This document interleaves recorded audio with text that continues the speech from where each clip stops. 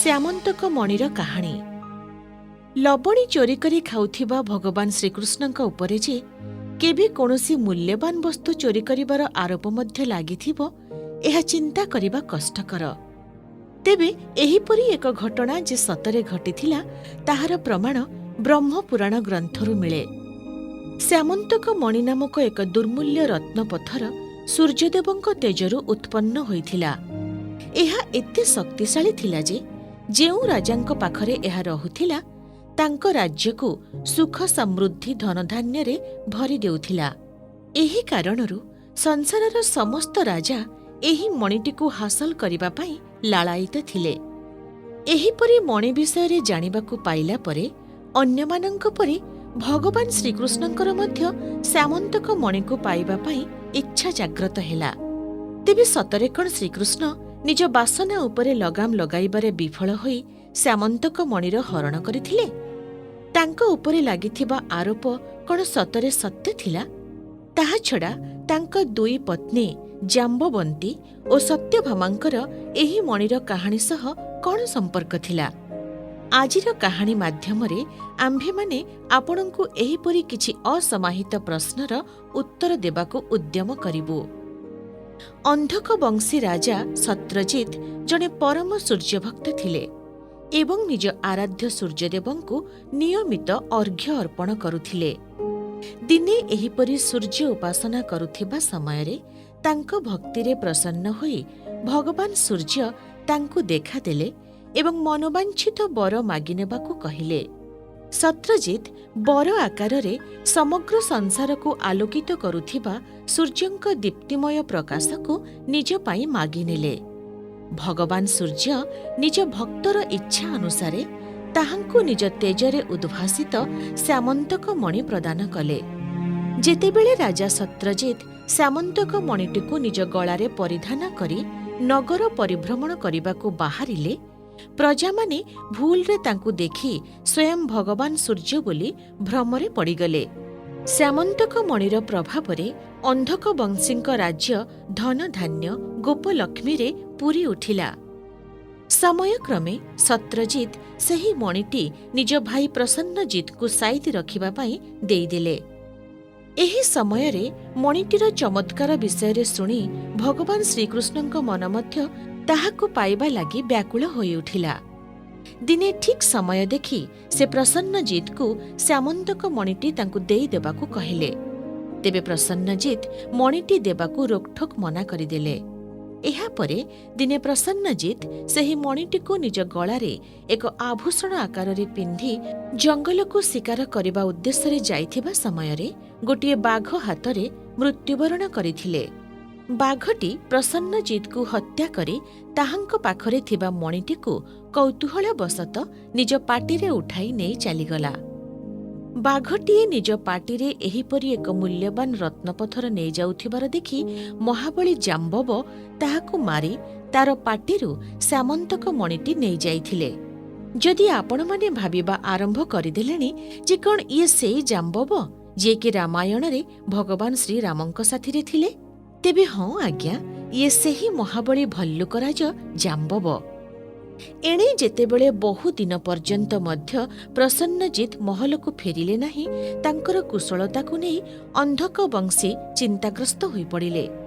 ଯେହେତୁ ଶ୍ରୀକୃଷ୍ଣ ପୂର୍ବରୁ ଥରେ ପ୍ରସନ୍ନଜିତଙ୍କୁ ଶ୍ୟାମନ୍ତକ ମଣି ମାଗିଥିଲେ, ସେମାନେ ସନ୍ଦେହ କରିବାକୁ ଲାଗିଲେ ଯେ ନିଶ୍ଚିତ ହିଁ ମଣିଟିକୁ ହାସଲ କରିବା ଲାଗି ଭଗବାନ ଶ୍ରୀକୃଷ୍ଣ ହିଁ ପ୍ରସନ୍ନଜିତ୍କୁ ଅପହରଣ କରିନେଇଛନ୍ତି। ଏଣୁ କୌଣସି ପ୍ରମାଣ ନଥାଇ ମଧ୍ୟ ରାଜା ସତ୍ରଜିତ୍ ଦ୍ୱାରକାର ରାଜସଭାକୁ ଆସି ଶ୍ରୀକୃଷ୍ଣଙ୍କ ଉପରେ ନିଜ ଭାଇର ଅପହରଣ କରିଥିବାର ଆରୋପ ଲଗାନ୍ତି। ସେ କୃଷ୍ଣଙ୍କୁ ନିଜ ଭାଇ ଏବଂ ଶ୍ୟାମନ୍ତକ ମଣି ଉଭୟକୁ ଯଥାଶୀଘ୍ର ଫେରାଇ ଦେବାକୁ କହି ଚାଲିଯାଆନ୍ତି। ତେବେ ମଣିଟିର ଚୋରି କରିନଥିଲେ ମଧ୍ୟ ସମସ୍ତଙ୍କର ସନ୍ଦେହମୋଚନ କରିବାକୁ ତଥା ନିଜ ଉପରେ ଲାଗିଥିବା ଚୋରିର କଳଙ୍କକୁ ସଫା କରିବା ଲାଗି ଦ୍ୱାରକାଧୀଶ ନିଜେ ଶ୍ୟାମନ୍ତକ ମଣି ଓ ପ୍ରସନ୍ନଜିତ୍କୁ ଖୋଜି ବାହାର କରିବାର ନିଷ୍ପତ୍ତି ନେଲେ। ଜଙ୍ଗଲକୁ ଯାଇ ପ୍ରସନ୍ନଜିତ୍ଙ୍କ ଘୋଡ଼ାର ପଦଚିହ୍ନର ଅନୁଧାବନ କରି ସେ ପ୍ରସନ୍ନଜିତ୍ଙ୍କ ମୃତ ଶରୀର ନିକଟରେ ପହଞ୍ଚିଲେ। ସେହିଠାରୁ ପ୍ରସନ୍ନଜିତ୍କୁ ହତ୍ୟା କରିଥିବା ବାଘଟିର ପଦଚିହ୍ନର ଅନୁସରଣ କରି ତାହାର ଶବ ପର୍ଯ୍ୟନ୍ତ ମଧ୍ୟ ଭଗବାନ ଶ୍ରୀକୃଷ୍ଣ ପହଞ୍ଚିଗଲେ। ଏହିପରି ବାଘର ଶବ ନିକଟରୁ ଭଲ୍ଲୁକ ରାଜଙ୍କ ପଦଚିହ୍ନର ପିଛା କରି କରି ସେ ଜାମ୍ବବଙ୍କ ଗୁମ୍ଫା ନିକଟରେ ପହଞ୍ଚିଲେ। ବଳରାମ ତଥା ନିଜ ଅନ୍ୟ ସୈନ୍ୟ ସାମନ୍ତଙ୍କୁ ଜାମ୍ବବଙ୍କ ଗୁମ୍ଫା ବାହାରେ ଅପେକ୍ଷା କରିବାକୁ କହି ଶ୍ରୀକୃଷ୍ଣ ନିଜେ ଭିତରକୁ ପ୍ରବେଶ କରିଗଲେ। ତେବେ ଯିବା ପୂର୍ବରୁ ସେ ଅନ୍ୟମାନଙ୍କୁ ଆଦେଶ ଦେଇଗଲେ ଯେ ଯଦି ସେ 10 ଦିନ ମଧ୍ୟରେ ଗୁମ୍ଫା ମଧ୍ୟରୁ ବାହାରକୁ ନ ବାହାରନ୍ତି ତେବେ ସେମାନେ ଗୁମ୍ଫାର ମୁଖକୁ କୌଣସି ପଥର ଦ୍ୱାରା ବନ୍ଦ କରିଦେଇ ଦ୍ୱାରକା ଫେରିଯିବେ। ଏହା କହିସାରି ଭିତରକୁ ଗଲା ପରେ ଗୁମ୍ଫା ମଧ୍ୟରେ ଶ୍ରୀକୃଷ୍ଣ ଏବଂ ଜାମ୍ବବଙ୍କ ମଧ୍ୟରେ ଭୀଷଣ ଯୁଦ୍ଧ ହେଲା, ଯାହାକି ଦୀର୍ଘ 21 ଦିନ ଯାଏ ଚାଲିଲା। ଏଣେ ନିର୍ଦ୍ଧାରିତ ସମୟ ଅତିକ୍ରାନ୍ତ ହୋଇଯିବାରୁ କୃଷ୍ଣଙ୍କ ଆଦେଶାନୁସାରେ ବଳରାମ ଏବଂ ଅନ୍ୟମାନେ ଗୁମ୍ଫାର ପ୍ରବେଶ ଦ୍ୱାରକୁ ଏକ ବଡ଼ ପଥର ସାହାଯ୍ୟରେ ବନ୍ଦ କରିଦେଇ ଦ୍ୱାରକାକୁ ପ୍ରତ୍ୟାବର୍ତ୍ତନ କରିଗଲେ। ଶ୍ରୀକୃଷ୍ଣଙ୍କ ମୃତ୍ୟୁ ହୋଇଯାଇଥିବା କଥା ଭାବି ସମଗ୍ର ଦ୍ୱାରକା ରାଜ୍ୟରେ ଶୋକର ଛାୟା ଖେଳିଗଲା। ଏଣେ ଗୁମ୍ଫା ଭିତରେ 21 ଦିନ କାଳ କୃଷ୍ଣଙ୍କ ସହ ଯୁଦ୍ଧ କରିବା ପରେ ମହାବଳଶାଳୀ ଜାମ୍ବବ ଧୀରେ ଧୀରେ ଶିଥିଳ ପଡ଼ିବାକୁ ଲାଗିଲେ। ସେ ଭାବିବାକୁ ଲାଗିଲେ ଯେ ସଂସାରରେ ତାଙ୍କଠାରୁ ଅବା କିଏ ଏହିପରି ଶକ୍ତିଶାଳୀ ଅଛି, ଯାହାକୁ କି ସେ ଏତେ ଦିନ ପର୍ଯ୍ୟନ୍ତ ଲଢ଼ିବା ପରେ ମଧ୍ୟ ହରାଇବାରେ ସଫଳ ହୋଇପାରୁନାହାନ୍ତି। ଶେଷରେ ତାଙ୍କ ଦିବ୍ୟ ଚକ୍ଷୁ ଖୋଲିଯାଏ ଏବଂ ଜାମ୍ବବ ଜାଣିପାରନ୍ତି ଯେ ସେ ଯାହା ସହ ଲଢ଼ୁଛନ୍ତି ସେ ଆଉ କେହି ନୁହେଁ ବରଂ ନିଜେ ତାହାଙ୍କ ଆରାଧ୍ୟ ପ୍ରଭୁ ଶ୍ରୀରାମଙ୍କ ଅବତାର। ସୁତରାଂ ଭଲ୍ଲୁକ ରାଜ ଶ୍ରୀକୃଷ୍ଣଙ୍କ ସାମ୍ନାରେ ଆଣ୍ଠୁମାଡ଼ି ବସି ପଡ଼ନ୍ତି ଏବଂ ନିଜ ଭୁଲ ପାଇଁ କ୍ଷମା ମାଗିବାକୁ ଲାଗନ୍ତି। କ୍ଷମା କରନ୍ତୁ ପ୍ରଭୁ, ମୁଁ ଅଧମ ଆପଣଙ୍କୁ ଚିହ୍ନି ପାରିଲି ନାହିଁ। ଏତେ ବର୍ଷ ଉତ୍ତାରୁ ଆପଣଙ୍କ ଦର୍ଶନ ପାଇ ମୋ ଜୀବନ ଧନ୍ୟ ହୋଇଗଲା ଭଗବାନ, ଯୋଡ଼ହସ୍ତ ଜାମ୍ବବ କହିବାକୁ ଲାଗିଲେ। ଏହା ଦେଖି ଶ୍ରୀକୃଷ୍ଣ ଜାମ୍ବବଙ୍କୁ ଉଠାଇ ସପ୍ରେମେ କୁଣ୍ଢାଇ ପକାଇଲେ ଏବଂ ଶ୍ୟାମନ୍ତକ ମଣି ବିଷୟରେ ପଚାରିଲେ, ହେ ପ୍ରଭୁ, ଏହି ମଣି ଅବା ମୋର କେଉଁ କାମରେ ଆସିବ? ଏହାକୁ ଆପଣ ନେଇଯାଆନ୍ତୁ।